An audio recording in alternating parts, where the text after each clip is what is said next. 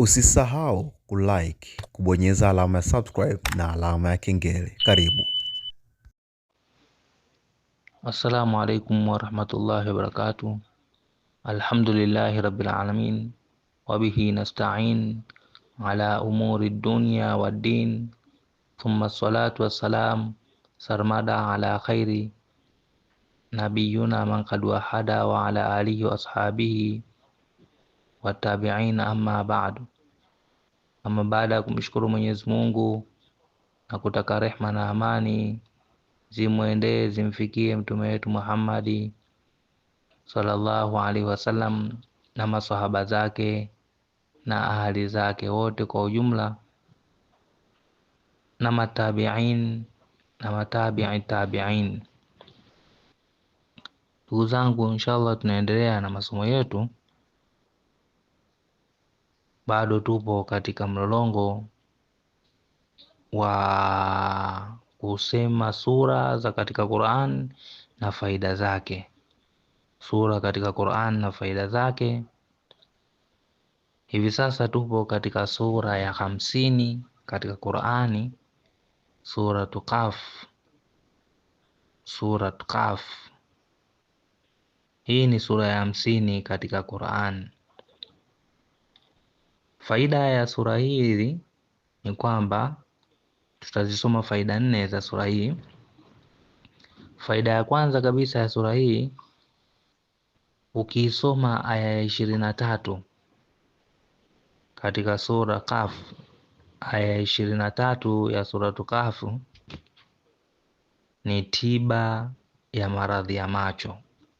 Kama itasomwa kwa mtu mwenye maradhi ya macho, basi itakuwa ni tiba kwake. Lakini ikaandikwa, ukaiandika hii aya ya 23 halafu akawa ananawia mtu mwenye matatizo ya macho, basi kwa idhini ya Mwenyezi Mungu matatizo ya macho yataondoka kwake. Hii ni moja katika faida zake. Faida ya pili ya sura hii ni aya ya 37. Aya ya 37, akisomewa mtu mwenye maradhi ya moyo, mtu mwenye shida ya moyo, mwenye maradhi ya moyo, aidha BP ya kupanda, high blood pressure au low blood pressure, akasomewa kwa kushika kichwa au ikaandikwa alafu akanywa yule mwenye matatizo ya moyo, basi kwa idhini ya Mwenyezi Mungu matatizo yake ya moyo yataondoka. Ikasomwa kwake au ikaandikwa akapewa akanywa, basi maradhi ya moyo yataondoka. Hiyo ni faida ya pili. Faida ya tatu ya Suratu Kahfi, mwenye kuisoma sura hii, sura sasa yote utakapoisoma mara nyingi ikawa ni kama tabia yako kuisoma, basi riziki zako kwa uwezo wa Mwenyezi Mungu zitaongezeka. Riziki zako kwa uwezo wa Mwenyezi Mungu zitaongezeka. Hautakuwa na shida ya riziki utakapokuwa ni mwenye kuisoma mara nyingi Suratu Kahf. Hiyo ni faida ya tatu. Faida ya 4 katika Suratu Kahf, mtu mwenye kuisoma mara nyingi Suratu Kahf, wanasema kwamba kipindi ambacho anatolewa roho, huyo mtu hatopata mateso wakati wa kutolewa roho.